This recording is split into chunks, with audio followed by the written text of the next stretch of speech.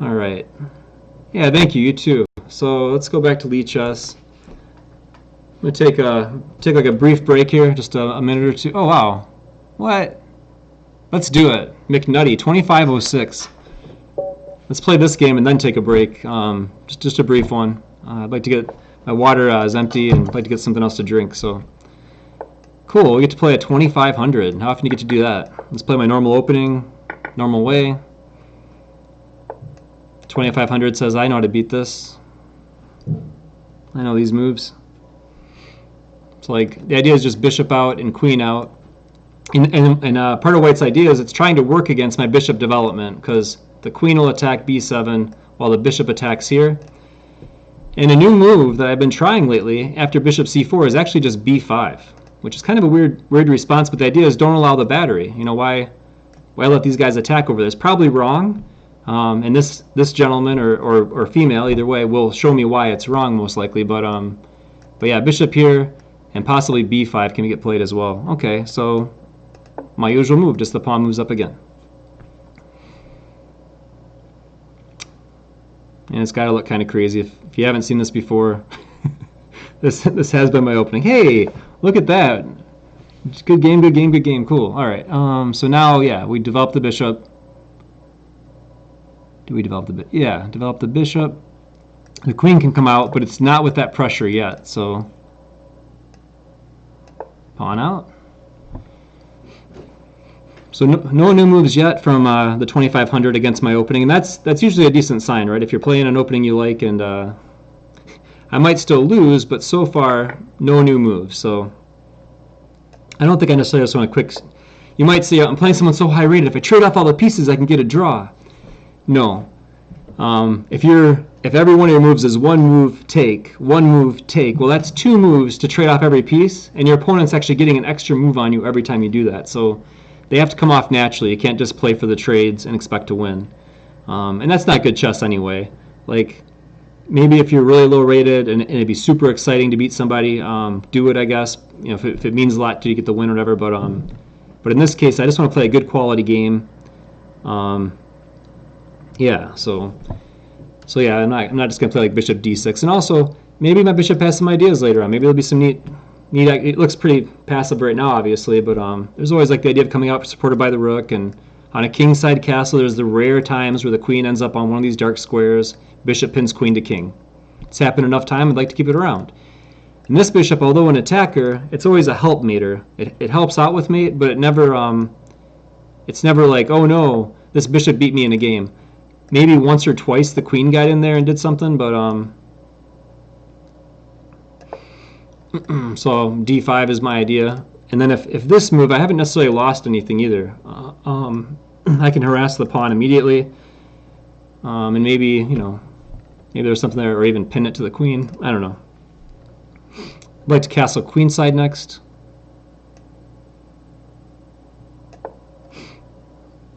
And then that's where this bishop's really active and helpful, right? So like I said, if they can build a battery, bishop back, queen over, queen up, it can be a lot of times just like this beautiful mate where, oh, I control this square, I get to mate you. Great, good game.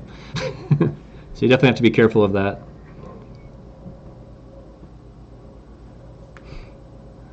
And of course, c5 not working right now because bishop takes, and then I can use the pin on the queen.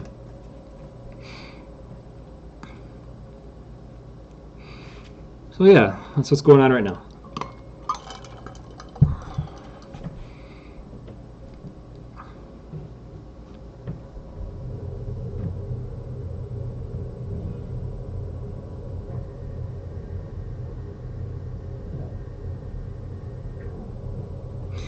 And even open up these files could be strong. If d5 could get played in a way where I'd take with the c pawn, the rook check with the bishop through here can be really good. So White a lot of times is trying really hard to open this up somehow. If that can happen, it can be awfully good for White.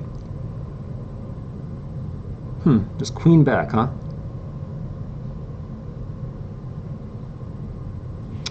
Getting off the pin, maybe wanting to play c5.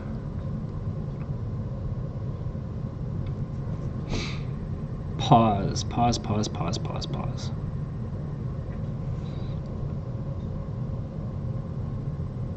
I like when this square is available for my queen, but the queen's watching over that pretty good right now, so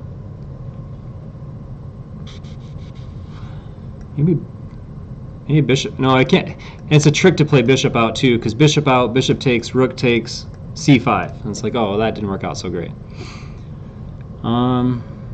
Yeah, so I kind of like what white's doing here. My king's in the center. All right, what am I doing? Bishop the other way could work. I could play the bishop out this way, but then it's not clear what my bishop's doing there. I could play my bishop out here. Play my bishop to e7. A waiting move.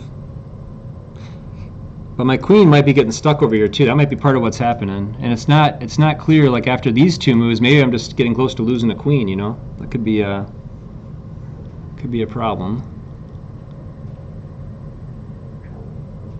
Yeah, I'm just gonna play bishop to e7. I don't know. I feel so passive. When the moves I usually make don't feel good against this individual, right? That's the problem. It's like my queen there doesn't feel right. Queen there, maybe? Pawn up. Let's try this. I kept just trying to find a move that I liked, and so I'm going to make the queens touch each other and try to create, like I want b3 now.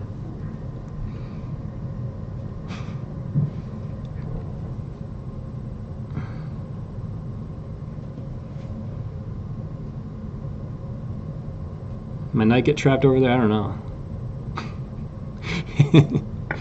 Yeah, okay. So maybe just c5 immediately after that.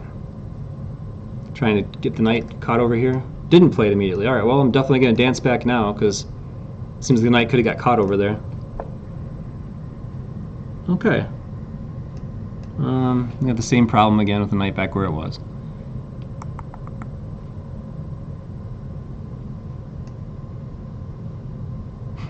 Where does the bishop go? No. Oh, man. Rook up, knight down. I'm just getting my king over. Oh, no. Hard to walk anywhere, too. Does knight down allow d5? Not immediately.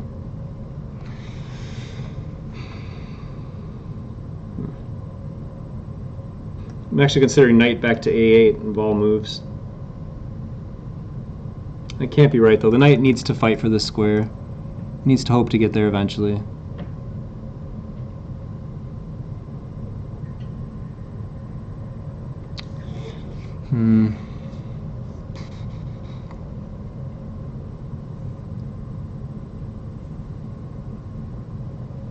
Get back to my rook.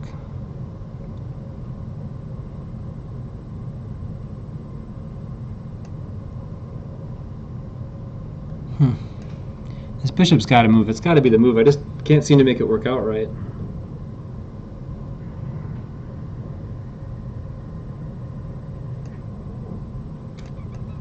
Maybe here. I'm expecting this rook to come over now and try to use that pin.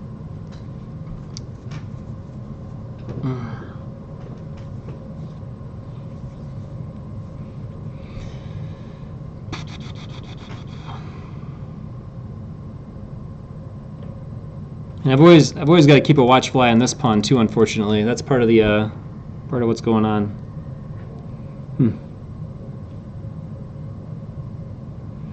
Yeah, thank you for that comment, Platonic Platypus. Trying to give you guys some ideas, and I'm obviously playing. This is my pet variations of an opening. So, and I believe right about now, right about here, is when I'm going to start understanding why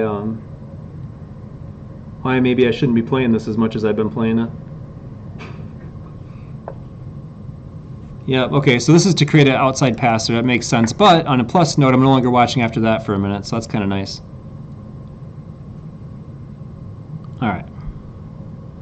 Have I accomplished anything yet? No. Not really. I'm just gonna now I'm gonna watch a pawn start dancing up the board. It's like, okay, you gave me this pawn, and I try this. This seems like a natural break.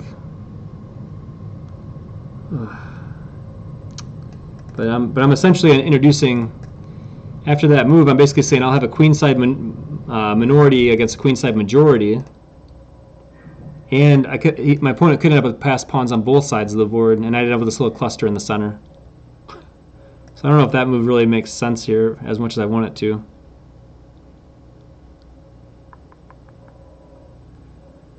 The rook over here. The real problem is I want this square so bad and it's just not becoming available. So this is kind of like a response to say I want to get active pieces, and yeah, I'm gonna try it actually. It's like otherwise I'm just sitting here doing nothing, and I don't want to watch my opponent's pieces.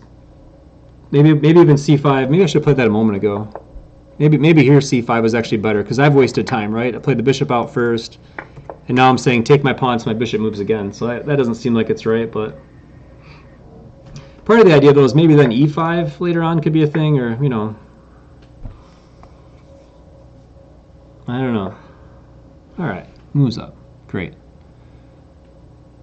Like I said, I could play e5, but then I start, you know, it's all the squares you give up and get, right? So then this is weaker, but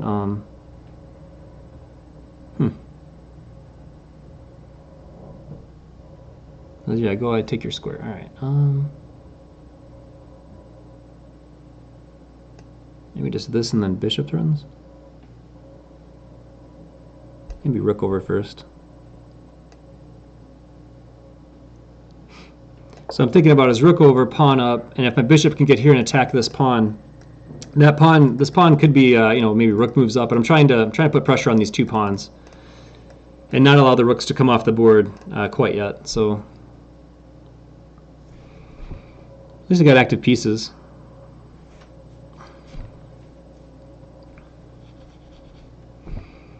I'm playing at 2,500. I mean, so if I lose, you know, at least I lose lose making aggressive moves instead of just losing making passive moves, right? So I don't know. Or what I consider make moves I consider aggressive, right? So I don't even know.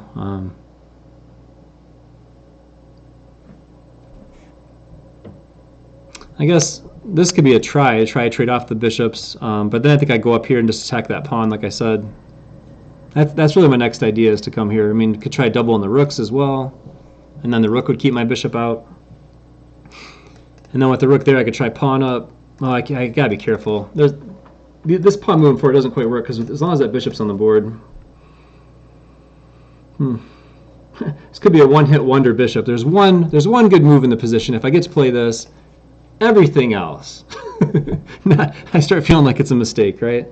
One idea in a million. Yeah, it seems good right now. It's a doing things, but actually I would say this. If you look at squares, right? So actually a minute ago my king had no squares. So like any check could be checkmate. If a light squared bishop was around, it could check me. Could be mate, right? Now the rook moved away. So at least this makes me feel like, yeah, try to stop this idea. So now white is basically challenging me. Okay, I agree with your idea. You had a threat. But now what will you do? Now how do you make your pieces active, right? One idea I had was to walk my king over, kind of like this. Just getting with these pawns, because he's awfully vulnerable over here. Like, I can never run this way. These pawns are hard to push and probably shouldn't get pushed, because if they trade off for these, then that's an extra pawn for yeah, king over here. I don't know. It does still maybe just this move now. Where's that bishop going?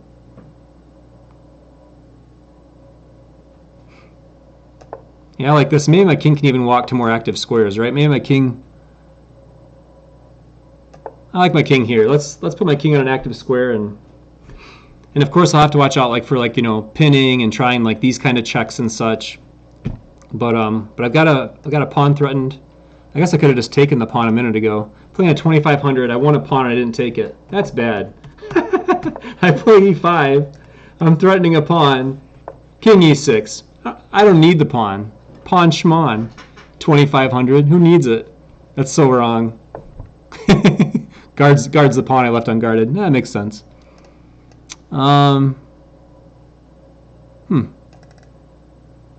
Which way? Is this more binding? This seems like it's pretty binding. The pawn can't come forward then.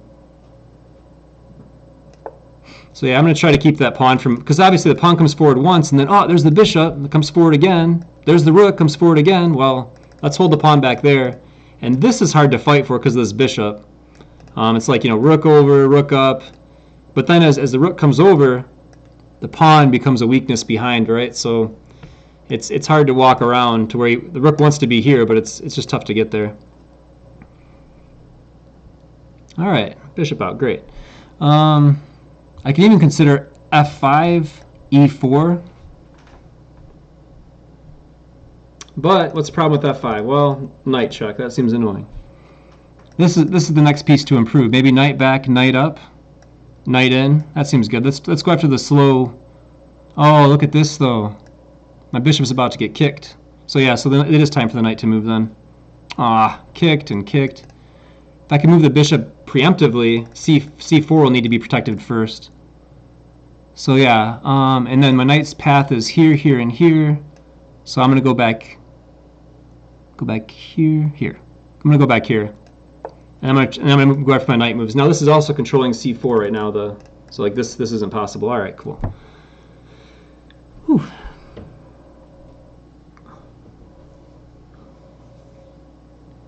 Okay, and here we are. Both of us low on time. Both of us trying to solve. Oh, this move could be annoying, right? So if I gotta be careful, my knight might not even be able to get there. So like, pawn up, I need to take here, obviously. Knight. Okay, see, I'm going after the other idea I talked about, getting the rook here, right? So now, knight dance, knight, and then here and here. Those are my new squares I really want to get to.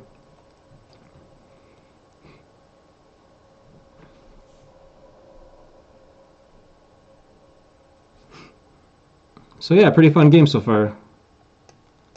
Okay, and then yeah, I gotta deal with this. So we put it on a light square. I don't want if the pawns are fixed in the bishop, that's actually good for the bishop. So, and then yeah, like I said, we have this move, and then we also have this move, and we also have bishop here now to attack the rook as well. So yeah, we're getting some. It's really just pressure. There's no. Whoa, cool. That's a way to get the knights off the board. But then my rook, oh no, I can't send the rook over. Let's do this. Let's attack the rook first, and then play the king up. I think would be a good idea.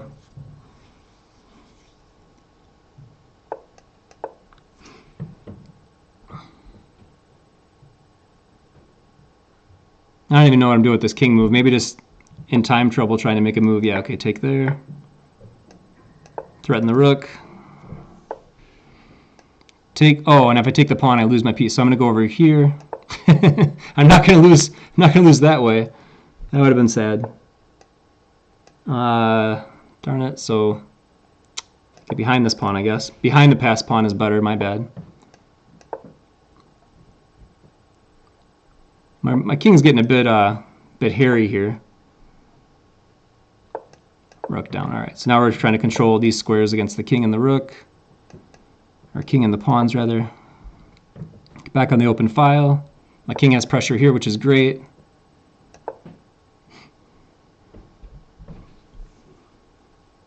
Oh, this is exciting. This is exciting. 39 seconds. That's interesting.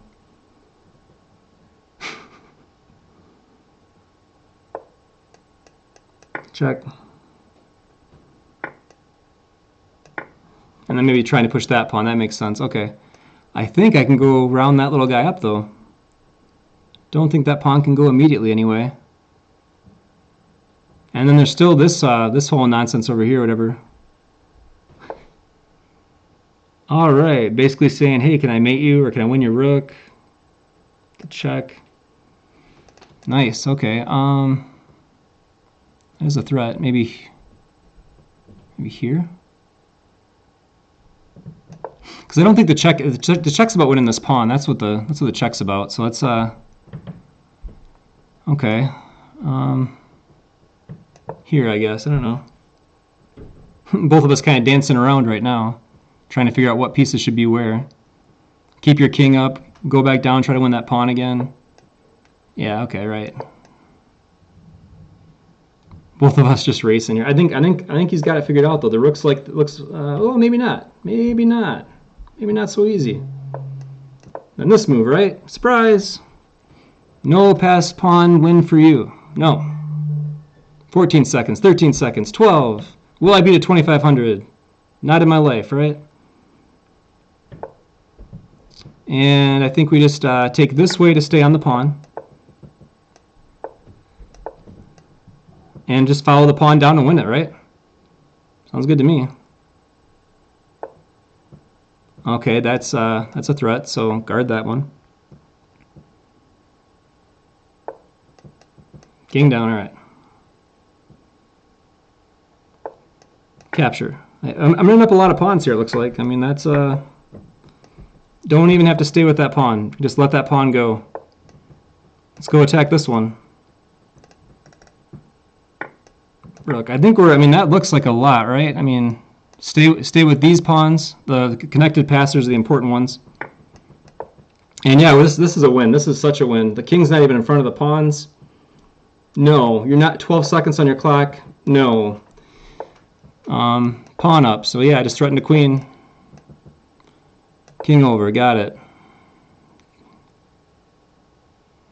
I'm sorry, I'm not looking at the chat at this exact moment. I just want to keep this pawn going and win this game. So, so a technical way, just the pawn and the rook alone can do this. Let's move the king up though. What the heck? See what white's even trying here. What are you trying to do? You know it's over. You know it's over. What are you doing? Okay. And pawn guards, yep. So rook up. So yeah, you can take my pawn and rook versus king with king, sure, with a minute and 41 seconds. Or otherwise, I'm just going to keep walking them forward. Just they walk so beautifully. Oh, cool. 12 points. 12 points for that white. I guess that's it. You know, it's that was a long game. So yeah, so with my little pet variation that if you put it on an engine, you actually see my moves are all wrong. They're wrong. I get out of the opening about a half pawn behind. Let's go ahead and put the engine on it so you guys can see. I don't often show the engine with my favorite opening, but being that I just beat a 2500, probably worth sharing. Okay, so back in here. This way, see? Look at that. White's a full pawn ahead. I'm playing at 2500, but that's computer pawn ahead. What's good about this position? I've played it over 5,000 times. My opponent's playing it for maybe the first time. Advantage, right? Maybe. It was exciting. I was better for a second though, so already early on. No, I wasn't. It just gotta let it think. Huh? Exciting stuff. Wow, that's that's pretty cool. That's pretty cool. that'll be on my mind for a while. I don't think I've ever beaten. I mean, GM Jakob Aagaard in a game where he made a horrible blunder allowed me to beat him. That'd probably be my next closest to this, but this is big